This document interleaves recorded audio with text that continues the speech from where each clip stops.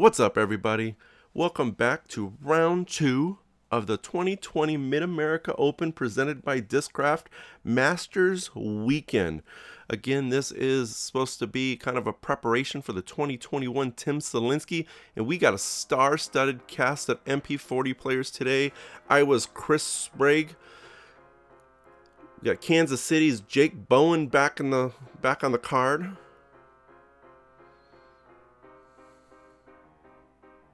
Got Mr. Farnsworth here. And Mr. Discraft, Adam Olsen. All right, let's get started. Hole 1's a par 5, 843 feet. If you listen to this on round 1, it's going to be very similar explanations, but almost every hole has the trouble along the left and the right. This course is very much about hitting those fairways. There was 2 little creeks you had to cross, and there's a creek along the right. But really the trick here is landing on the green, and as you can see, you have this elevated basket, or not elevated, but an elevated green that you have to land on. A couple good shots will give you a birdie attempt or a par attempt. Even one bad shot can definitely cost you that bogey. So Mr. Chris Sprague is leading, or well, tied for the lead after round 1, representing Team Innova. And he's just going to play it up and right into the middle, and going to hit that tree, but still going to be okay. I want to thank my catch cam operator, Dave Fuentas, and our reaction cam that we have for this second round by Mr. Michael Bentele. Both these guys are trying to work with me so we can provide you better coverage. And as anybody who's played with media before knows, that just practice makes perfect, and it takes time for all of us. And Jake going for the creek and successfully executing it. We have Adam Olsen on the card again, and he hits early and goes out of bounds right off the tee box.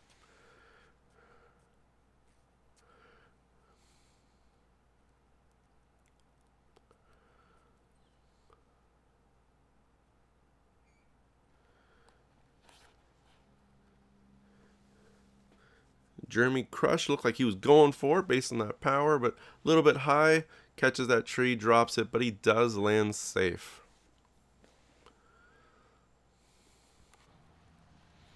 Again, this hole is so much about position. If you haven't played this course before, or a course like this, you probably it doesn't really compute how difficult a course can be. But if you're used to any kind of wooded golf, it definitely takes a little bit of understanding to be able to place these shots. And Chris with a great second shot to put himself in a position.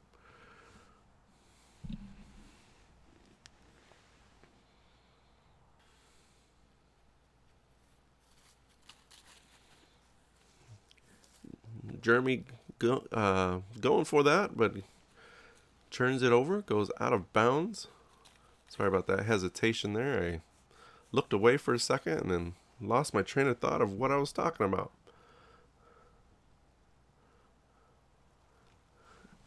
And I'm getting tree-eyed, dropping him in the fairway. And Jake, just like yesterday, so far as repeating it, drives over the second creek, lays up to a nice landing zone that'll give him a shot at the green for his third shot.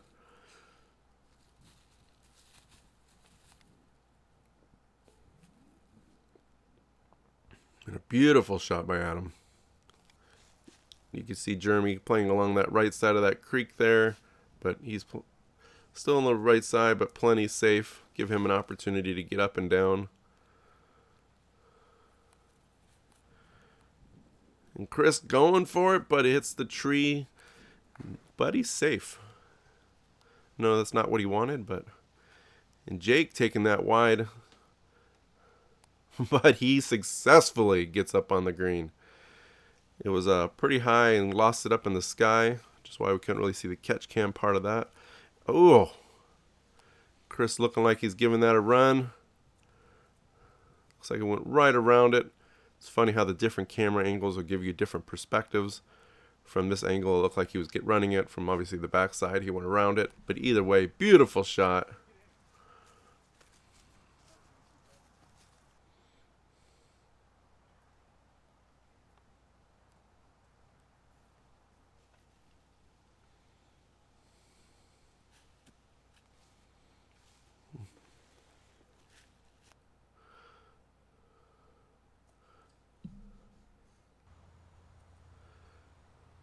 And Chris Sprague's first one up on the board, taking his par on hole 1.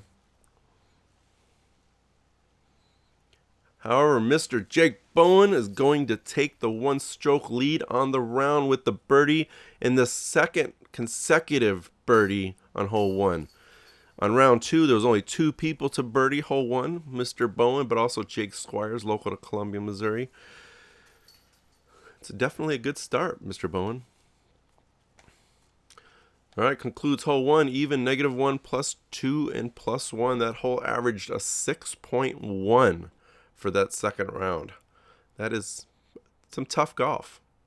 Hole 2, par 4, 541 feet, slight elevation going straight up, just a slight incline. You get to about this turn and you need it to start bending from left to right, landing into this opening, so that way you could take your second shot, flexing something either forehand or backhand, but straight. When you get to around this outside tree about right here, you need to start coming in, but be aware of that out of bounds directly behind the basket.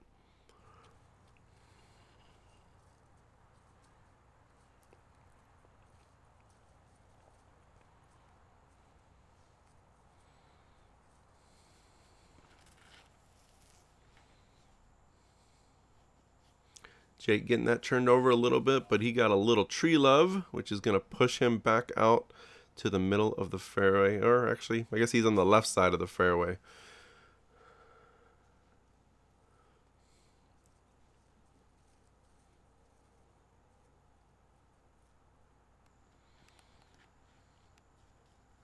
Oh, Chris doing the same thing, a little bit lower, but he gets that right side kick. It's going to push him over into the right side and makes it a little bit more difficult. I think that right side's a little more difficult to scramble with than the left side. And you can see the puppy in the background. Not really sure where that came from.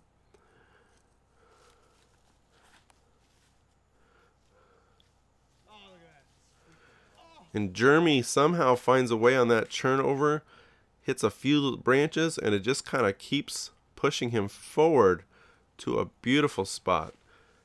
He has a pretty straightforward second shot from there. And Adam is such a fast player. I never realized that. I've known Adam for years, but I don't think I ever realized that until I started filming him for round 1. But still a very graceful shot. Gets that skip, puts him right into the fairway. That's what I was talking about, that right side. You can see how thick it was. Chris kind of being required to throw that forehand roller. He's out. He's over on the left side, getting a little bit more gaps over there, but definitely not what he was planning when he stepped up the tee box there.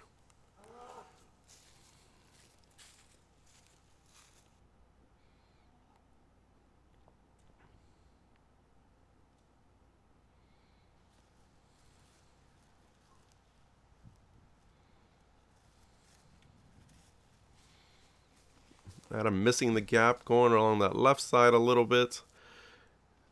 It's really not going to probably cost him too much, specifically on the way this hole lays out. I feel like if he would hit the gap, he would have still been short. He might have had a long run, but I think its outcome's ultimately going to be about the same. And you see Mr. Sprague having to do another forehand roller to get himself out of trouble, but he's getting forward. And going forward on any of these holes is usually the positive. That's what you're trying to do. And Jeremy, look, beautiful drive. Looked like a little bit of a wind bounce. Just dropped, look at that. Just drops that straight down. Probably cost him several feet. And Jake, little misrelease hitting that tree in front of him. It's going to cost him just a lay up, take his medicine, no matter how bitter it is. You can see, virtually everybody. That OB is super dangerous behind it. And from those distance, not really worth the penalty. Chris taking the bogey on the round.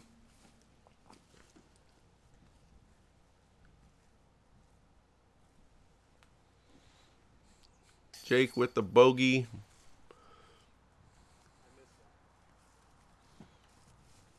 Jake's still leading by 1 stroke on the tournament. Mr. Olsen's going to knock out the par.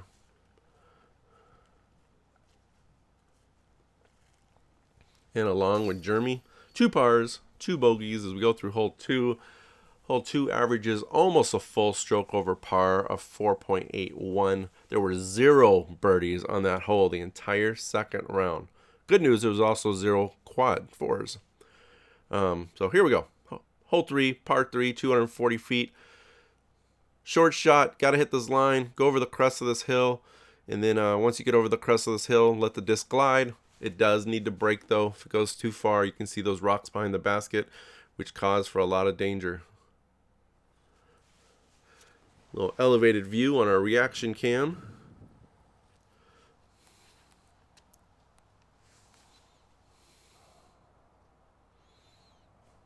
And squeaking through.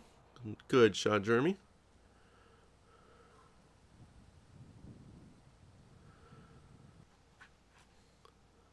Adam playing that left side. If you remember the first round, he went over onto the right side, had to scramble. Still going to have a difficult birdie shot there, but it's a more routine versus having to scramble into that cabbage that's on that right side.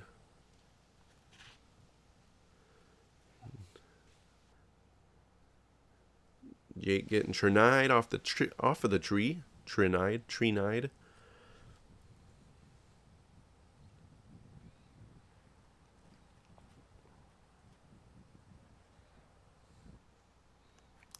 And there's Chris Lowe bouncing off the top of the hill.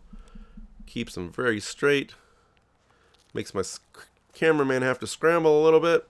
But the disc is parked underneath the basket. Jake laying up. Got a little fast roll. Hit it. Luckily that rock was there. And that's that rolling elevation that this course can get. Those rocks saved Jake there, but it definitely could have cost him a lot more. Jeremy giving it a run, same thing, lands on that edge and rolls. I'm not sure if it would have gotten over or not, but it could have been dangerous. You just never know what's going to happen when these discs land on edge. Jeremy with just a misrelease high. But there he goes. He got to dial back in. Unfortunately, it's going to cost him a bogey. Put him to +2 on the round.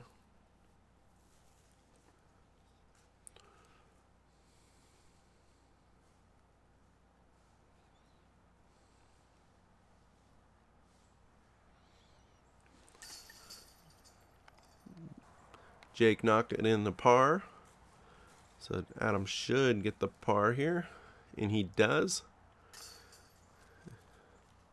And Mr. Chris Sprague here looks like he should have a pretty much a drop-in putt. Maybe not a drop-in, but very, very minimal. And he does. He gets the birdie 2, which ties him back up with Jake, both being their co-leaders through hole 3. Hole 3 almost plays as a perfect par 3. 1 birdie, 1 bogey. No triples on that hole and no quadruples on that hole either. So, hole 4 is a par 3, 256. Have to hit straight. You go about maybe 80 feet, and then it starts to slowly drop. This is a great shot for like a putter or slower mid-range. You just need it to get over the hill and start gliding and stall. If you get something too fast, it's going to blow by. If you get something with too much fade, you're going to end up to the left. Sometimes the problem in this hole is people want to put a little bit of my right on it, just based on the angle, kind of like you saw there with Chris. And if you don't hit the ground properly, you're going to get this crazy back roll like Chris did. Or the other option, what happened is you get the glide on the right side, and then it carries over to the right side towards 5's fairway.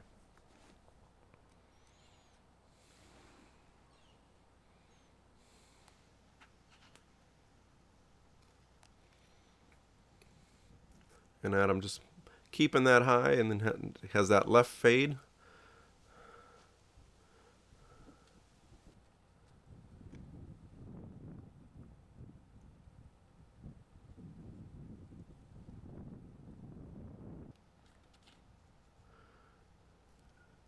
There's that secondary, see just a little bit too much right. He luckily there he's going to kick back out into the fairway, but if it would have panned out, that's what I was talking about here a little bit earlier, he would have been over on that right side. Or you could just skip it off the short tee box so it redirects perfectly straight and runs it right at the basket. Beautiful shot, Jeremy. Then Adam through the woods, just tossing up, just giving it a long run. And you can see now Chris where we're at, kind of having to, looks like he's going to have to do, yep, another, well, that's a pancake. I was going to say roller, but little upside down scuba shot, or whatever the various names are for that shot. But either way, beautiful recovery considering where he's at. And Mr. Bowen, yep, not sure that what happened there. That was just a missed putt. But there he goes. He's got that dialed in. He'll want that one back later, I am sure. When you're playing against these guys on the final round of the tournament, you can't really give up putts like that. Especially when Chris was in the woods and you already knew it was pretty much a, I don't want to say give me stroke, but definitely a stroke should have had. You see Jeremy's a little frustrated there, but still going to take the par. Hole 4 averages almost again a perfect par 3. So no doubles, triples, or quads on that hole. So 9%, 9.5% birdie rate. Hole 5's par 4, 492 feet. Slightly elevated up the hill, or fairly elevated up the hill. You want to land right about this area. And then your second shot is going to basically go straight up this walking path or road path for it to come in. Ignore the crazy drone coverage. I feel like didn't do super great on the drone, but out of all the drone coverage, hole 5 was probably the one I was the least happy with, but I couldn't figure out or get the time to get back over and redo it like I actually had to do for a couple other holes. And Chris playing that left side up to the top, I actually didn't know it prior to this hole. I always thought you wanted to land a little bit more over to the right side, but when you land to the left over here, we'll see it when his shot comes up, there is actually a very clean secondary route over there.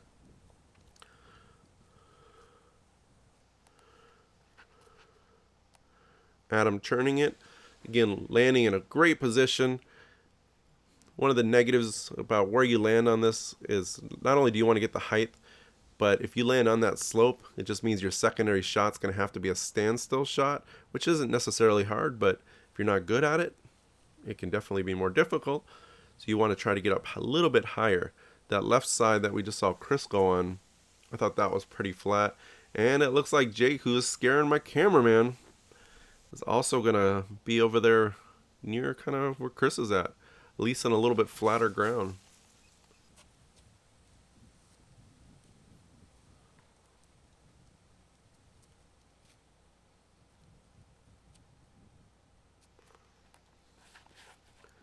And Jeremy going up with the big turnover, gets it high, hits the tree.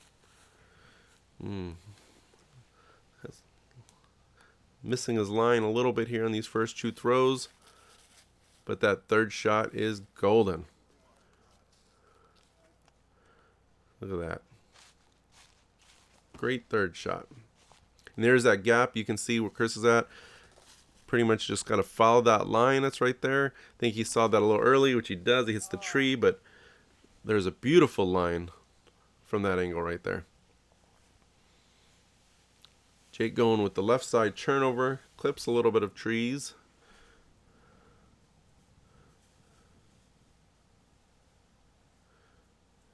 Great shot by Adam.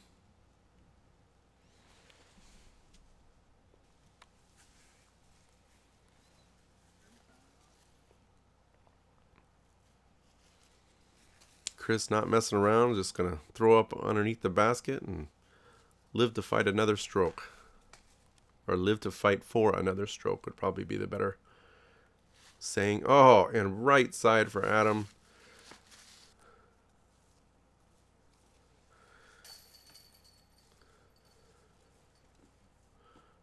Jeremy with the tough start off the tee, but still only walking away with a bogey is not the end of the world. Considering it was two trees, only 1 stroke on the field here is what he's going to lose.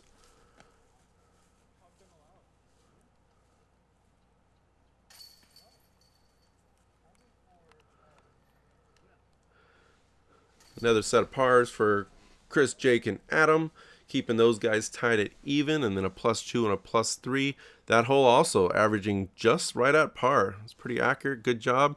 No doubles, triples, or quads as we go into hole 6. Hole 6, you can see the danger along the right side. There's this walking path kind of between these tee boxes and going forward. You really just want to follow that. You want to throw it, maybe get a little bit of height because this does have a slight incline. But as you start to come around this bend, there's this dead tree directly in front of us. You want to hook right in front of that to land near the basket to give yourself that easier opportunity for the birdie run. If you hit any of those trees early, you're probably taking a par or worse. Really, you just don't want to be along the right side.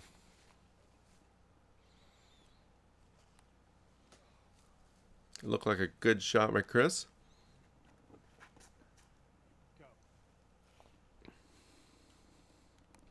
And Adam with a beautiful shot. It's funny, he threw that shot, and right after he threw it, he was smiling, and it's like, I've never even thrown that disc before. I didn't even know what it did. Well, that's what it does, Adam. It parks the hole. Jake hitting a tree, but it looks like it redirects him towards the basket direction. Jeremy getting that a little bit high, but as long as he hits, hits the gap, and he's looking plenty good.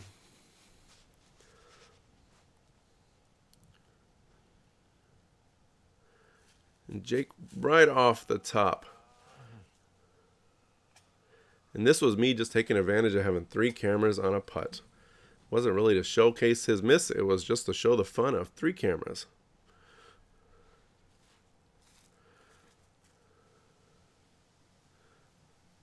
Jeremy with the band denial.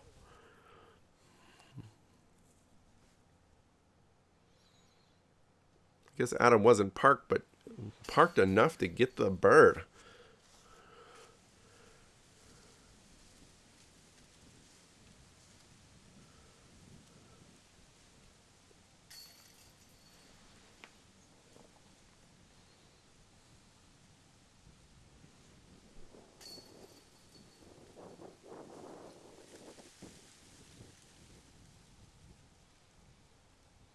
Great set of pars by everybody else. 2 evens, a +1, +3. That birdie puts Adam to within 1 stroke of their leaders. So that hole averaged slightly under par. So again, no doubles, triples, or quads by anybody on that card as we go into hole 7. Hole 7's a par 3, 417 feet. I like to call this a longer hole 4. Basically, same thing. You right off the tee, you just have to throw it straight, and then it starts to drop. But the positive on this hole is once you get out of the trees here, and they're probably the first 175 feet, give or take, it opens up a little bit more, giving you some room to flex that shot to get some distance. There really isn't any OB here, but there is trouble on the left and the right. But really, it's just hitting this gap off the tee box.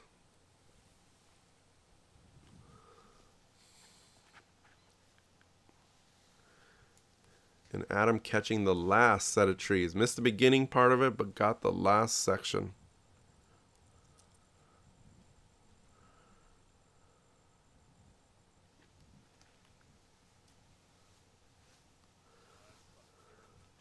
Chris with a beautiful shot.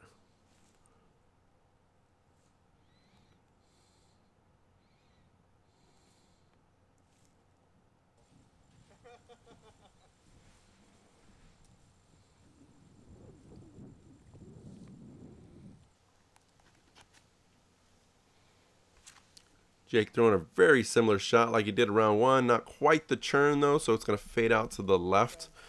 But he was going for that big turnover. Just didn't get quite as much churn as you want. Faded out, but still it's going to give him a long putt. He's out in the open. Anything really outside those trees, once you glide down, will give you a long open shot.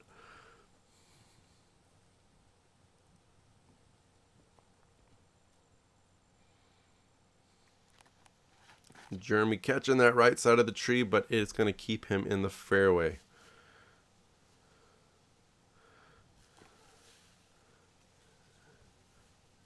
Great shot. It's going to go a little bit long. It's going to give him a putt, but again, a longer putt coming back. I'm going to guess circle's edge, give or take 30 feet.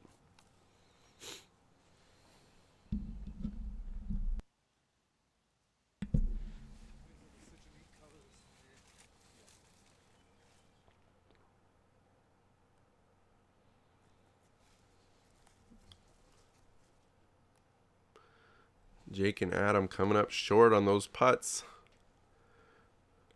But not Jeremy. Bam! Big par save.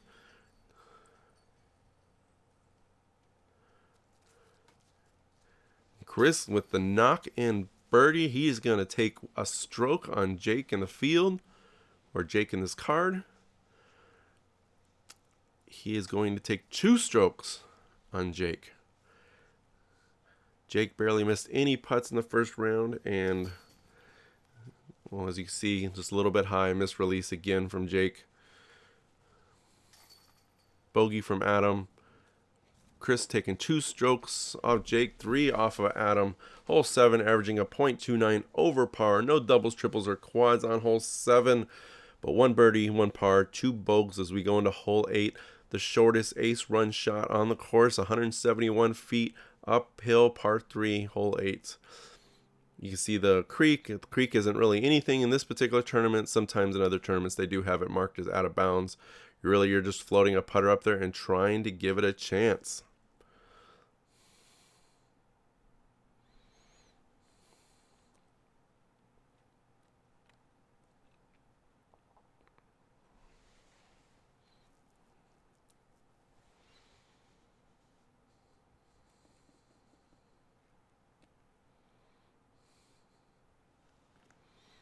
Chris on the right side, hitting the tree. It's dropping him to the bottom of the valley. Should be a pretty routine up and down, but very hard to get the 2 from down there. He's going to be a little farther than Olsen was in round 1, but Olsen did hit the big putt from down there. Jeremy, beautiful straight shot. I'd like to say that should be a routine too, but at the same time, you just never know. AO fading out a little bit more left.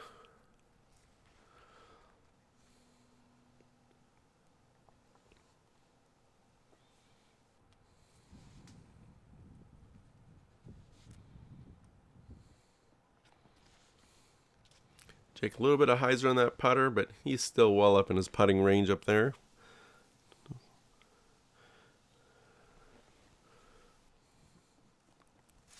Oh,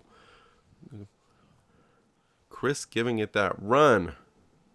Beautiful shot. Should be a tap in, at least par for him. And AO hitting the band, getting the roll away. Could have been worse, but that was definitely still worse than he wanted. Jake getting a stroke back on Mr. Sprague with the birdie putt. Beautiful putt. Adam hitting the band for the 2nd time on this hole. You can see that drop off directly behind him. Adam's going to take that bogey and run away as fast as possible. And Jeremy's going to take the birdie 2 as well. 2 birdies, Jeremy and Jake. This hole had almost a 29% birdie rate. But surprising enough, there was actually, it had read my stats, a 42% birdie rate. Average of 2.66. Hole 9, par 5, 669 feet. They got this valley to go over. You pretty much want to throw straight, or you can throw a hyzer, but you want to land about in this area, which then gives you a left route or this straight route. Either way, they come back together here at the opening. The left route's a lot more woods to contend with, but the right route is a little bit harder angle depending on how you land off the tee box. But once you kind of get to about this big tree in front of us, where those are where the left and right lines come together, then you have this little slight left or right turn, slight downhill, and you can see the rocks behind it with the big drop off again. So hole 9, Jeremy has the honors with his birdie.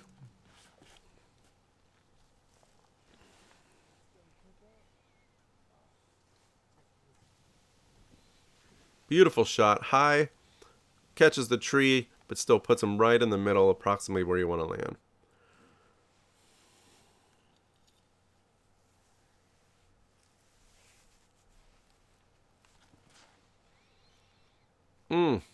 Jake heading the line a little bit on that on the left side. It's going to redirect him to the right.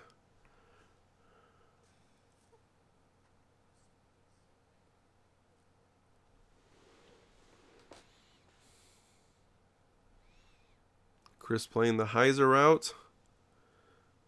Catches the tree though, drops him. It's not what he wanted, but it's actually a pretty favorable kick. Puts him pretty much right at the short pad. So it means there is a line there for him. And Adam also taking the hyzer route. Skipping in, landing right in the landing zone, about approximately where he wanted.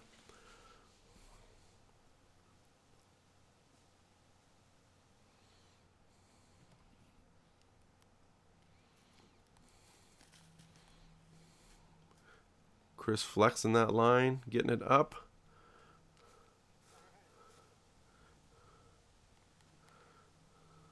Gorgeous. Can't ask for much better than that from where he was sitting.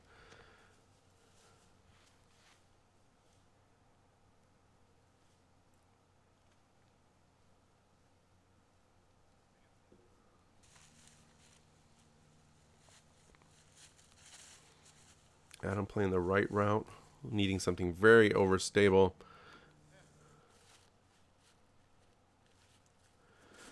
Some of these shots are pretty hard for that catch camera to catch, mostly because he has no idea when people are throwing.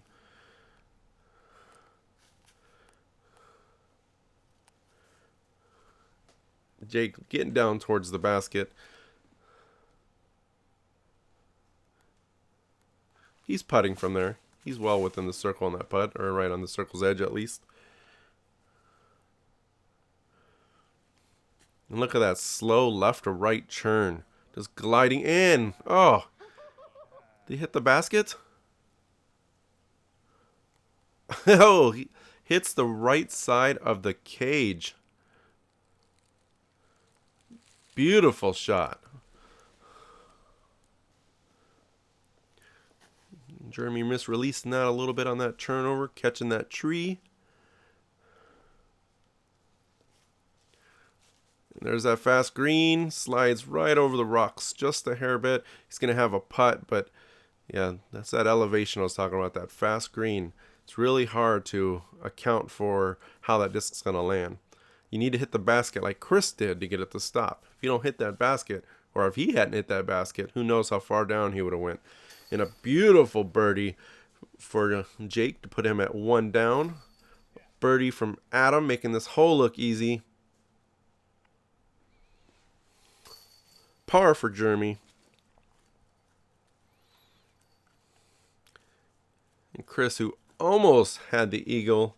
I would have got to use my cool new eagle graphic, but instead I'm going to use the birdie graphic. So we finish hole 9, the front 9, -2. Chris Sprague is leading by 1 over Jake Bowen. +2 for Adam and Jeremy. Stay tuned, like, share, subscribe, and we will see you guys on the back 9 of the 2020 Mid-America Open here at Harmony Bend's Masters Edition.